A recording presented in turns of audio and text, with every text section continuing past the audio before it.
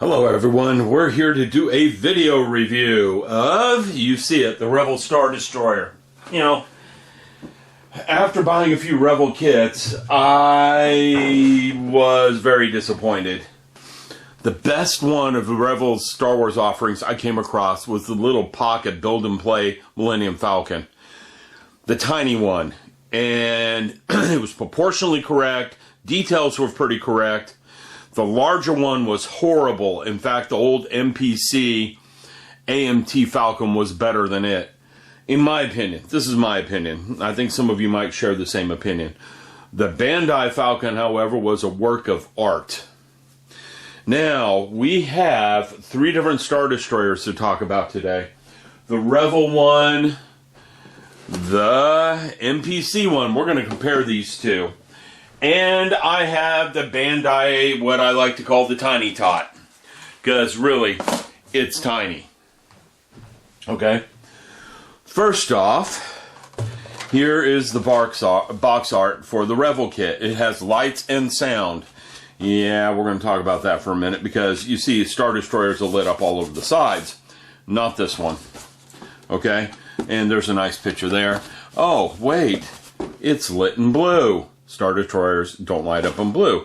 Oh wait, integrated folding display stand. Landing gear. Okay, don't like it. There's a lot I don't like about this model. Don't think I'm going to poo-poo it though, because I've already looked it over really well. I've gone and looked at reference photos. There's a few things I'm going to talk about. Okay?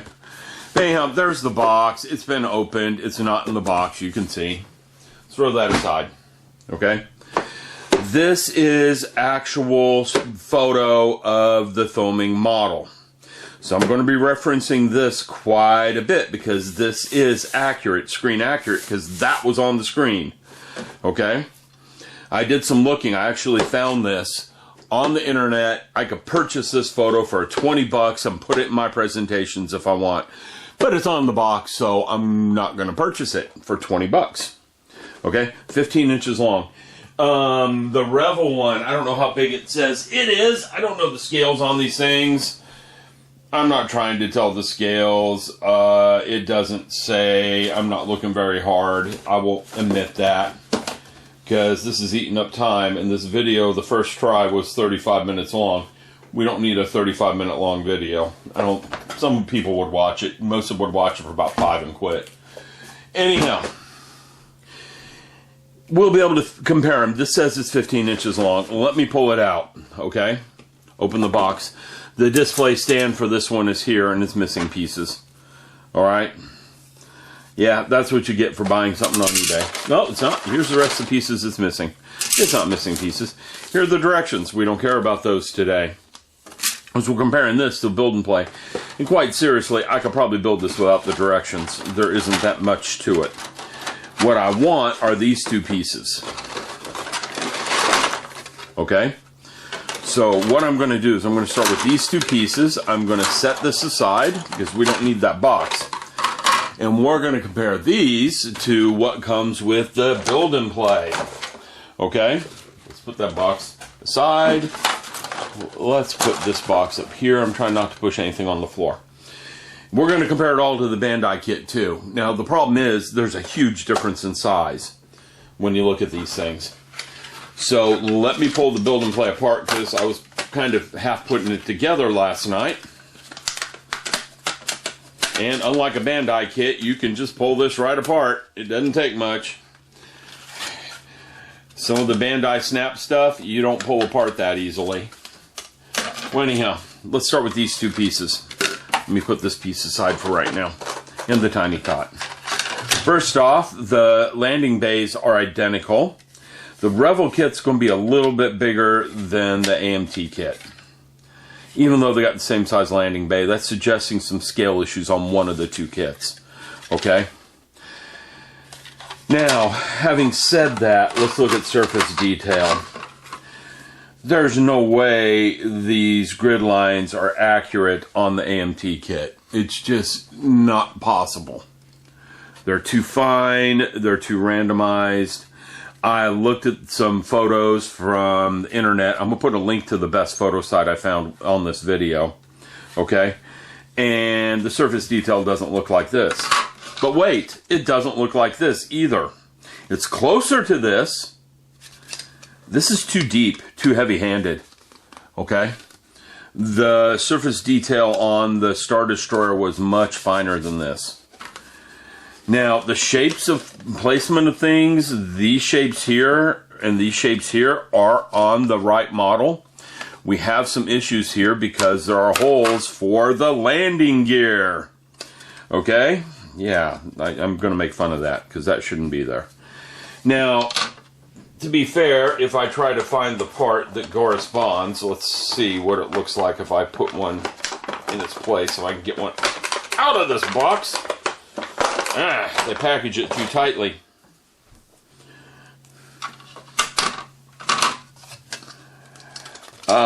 Yeah, you're gonna have fun with this because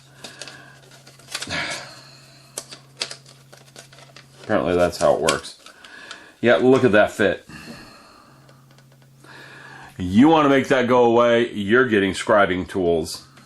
No way around that. You're going to have to scribe that out because that's just not going to fit otherwise. Okay? It's just not going to work. I'm getting that out of there. When I build this, I will seal that over. Okay? It's just going to get done. This thing's going to take some tender loving care to make it right. I'm not even going, that's wasting time. We'll leave that alone. Alright, so landing gear aside, what about the rest of it? Yes, the Star Destroyer really has these grooves on it. I did some looking. Yes, it's really there. Again, the panel lines on this are too heavy-handed. I would want to take a piece of sandpaper and really tone those down. And that's a shame because that's a lot of sanding. Or reverse, take some putty and lightly putty the whole thing. Let's talk about the top half, shall we? So let's put these two parts aside. Let's get the top parts. Here's the top part of the AMT. Here's the top part of the build and play. Again, I almost prefer the AMT here because, yes, the panel lines, while they might not be correct, will be easier to remove. They are raised. They are not engraved. It's much easier to remove that raised panel detail and rescribe the lines yourself than it is to fill this in. I might be wrong, but this is going to need some filling. It's way too bold. Now, Revell didn't really intend this to be a serious toy. If they did, they wouldn't have put blue lights in it. They wouldn't have put landing gear. Okay? They don't want to appease us, in other words. So anyhow, here's the two parts. This has molded in guns. Those aren't so good. The Revell offering for those guns, while better, aren't a lot better. I'm going to just kind of stick one in there right now because they snap in and do a zoom so everyone can get a good look at it. Okay. There you go. Full magnification. Yeah, it is better. It is closer to what you see on the Studios model. Way better than what we got there. It's just lacking some. Okay? I do have an upgrade kit for this. That review is up. If I can remember, I'll link to it as well. Now what I'm doing is getting the Tiny Tot out. We're going to put the Tiny Tot down right here. This is the top panel for the Tiny Tot. I'm going to remove that and put it in. Okay? Now, if you take a look at it, and I'm going to have to get cheater glasses to get a good look at that. To me, this looks better.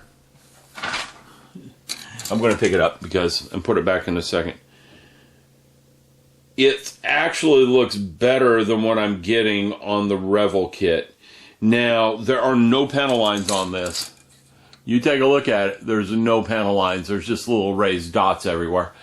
It had been pretty hard to inscribe some panel lines on this. Just really, really hard. Okay? Let's look at the upper hole on the Tiny Tot. The lower hole, sorry. Now the lower hole has everything in the proper places. One thing it has, though, that I don't see on either the Revell kit nor the AMT kit are these sidelines running all across here. They are very visible on the studio model. Bandai got that one right, and the other two did not. Okay? So there you go. There's a look at the Tiny Tot really quickly. Now, from my looking so far, the Tiny Tot is better proportioned than either the Revell or the AMT kit. We're going to see that as we keep going through things. Okay? So there's the upper and lower decks. Now, one thing I am going to comment on, and I'm going to bring that picture back up in a minute. I'm going to reassemble what I did here on the Revell kit and put the two halves together. Because there's one thing that really annoyed me about this kit last night. And we're going to see it in a second as soon as I can get these pins to line up. Okay, got them. Sorry, there's kind of dead air right there. It's just me talking. Let's get the box back. Okay? There's the box. Look at this. That's a pretty good gap. In other words, when I take this one and hold it, there should be a gap about like that. Okay? It helps if we're on film, right? And it helps if you can see it. I'm too far zoomed. Pulling back, pulling back, pulling back. Okay, this is what we get for being amateur video people. Right here, there's a pretty good gap running down the side right here, which means it should look about like this. And if we grab one of the sidewalls for this thing, you'll notice that sidewall is pretty big. Okay, everyone see that sidewall? Pretty big. I mean, those sidewalls are garbage. Don't get me wrong, the old MPC kit has horrible sidewalls. Let's look at the Revell kit. They did away with the sidewalls. They just said to themselves, instead of trying to replicate that, let's just make them really tiny. So if you want to try to make this thing accurate, you are going to have to put a spacer in there. And not a small one. Look at that. That is not a small space. That's a small space. So you got a lot of fixing to do right there. Okay? Now, let's start talking about the bridge, the upper structure here. This part goes across there. Okay? This part goes atop there. Is that forwards or backwards? It's probably backwards. That's why it's not clicking in. Yeah, it has a forwards and backwards to it, and it does tell you that. There, now it's clicking in. So, looking at the side detail, I don't know why they didn't fix it along here, because the side detail here is much better. This is, I mean, it's not perfect to me, but it's definitely plausible. I could see myself putting fiber in that and having it look decent. You know, so I don't know why they didn't do this. That's just a lack of trying on their part. Maybe they thought it'd be too complex to mold or too complex to put an extra piece in there. I don't know. I don't like it. Okay? We'll look at the offering with the MPC kit. If I can find the pieces. I can find the pieces. Some of them anyhow. They're all on this sprue here. Sidewalls? Ha! They're a joke. Top and bottom frame, they're suffering from the same heavy-handed, not heavy-handed, raised panel lines. All right? So, there you go. The MPC fails there as well. What about Bandai? Well, Bandai took a different approach. Let me clear this area here so we can look at the Bandai parts. They're right here. And we need to get our microscope out because, again, this thing is tiny. And we travel through the greater expanse to get to the, whatever. Anyhow, the sidewalls here look good under that magnification. And there's the top plate. Okay? So, can you tell I like the Bandai kit? I think you guys can. And if we look at some other parts on the Bandai kit, there's the landing bay right there, the hangar deck. There's part of the control tower. There's the rear engine part. We're going to come back to the rear engine part. There's the rest of the control tower. Okay, let's do the rear engine part because I've got that for Bandai right there. I did some looking on the internets, and let's get the Revell offering. Now, Revell tried here somewhat. I will give them that. There's the Revell offering. Okay? Now, if you start looking at the studio scale model, it does have this detail in there. It's different. It's similar, but different. And that's what I'm going to say about this rear deck on the Revell. It's similar, but different. We don't need to be so telephotoed. Okay? It's similar, but different. Bandai has more detail in places along here. That detail does exist on the real model. Okay? Bandai, again, has more detail here and here. That detail does exist on the real model. If we look at the MPC offering, well, it just kind of fails. We know the MPC isn't that good of a model. But there's plenty of upgrade parts available for it for now. I think this Revell one will start getting some garage makers doing some upgrade kits to it. Now, one last thing to talk about. Let's talk about engine bells. Now, if I can find the Bandai bells, which I can, and I can find the Bandai side panels for the Star Destroyer. These are the side panels for the Star Destroyer on Bandai. I'm going to go ahead and do a last telephoto blast here. Zooming in. Alright, there's the side panels on the Bandai. They're still going to be, they're almost the thickness. Here, let's look. You get it. They're almost the thickness of the Revell. If I put them in the right spot, you can see it. There we go. They're almost the thickness of the Revell. That just ain't right. Because you see how much smaller this kit is. But we're here to look at the engine bells. These guys. Alright, from that side we get that. From this side we get this. Now, they're tiny. They're a little hard to see. How accurate are they? Exceedingly accurate. For that scale, Bandai did an excellent job. Okay? Again, I'm going to put the photos up, a link to the photos of the studio model. You can judge for yourself. But at that scale, Bandai did an excellent job. Well, how did Revell do? Well, let's take a look. There's a Revell engine bell.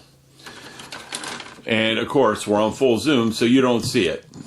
Backing up. There it is. It's coming into play. And here is the MPC. Now, if you look, the Revell engine bell is a bit bigger than the MPC bell. That is fine, even though they're about the same size. They should be kind of big and beefy in the back. Okay? You can see they have a pretty good extension on them. The MPC does not. They are supposed to have that extension. So the MPC kit is kind of garbage. But again, we knew that going into it. Now, the good thing about the MPC kit, again, lots of aftermarket available if you know where to look. The radar domes are way overscaled.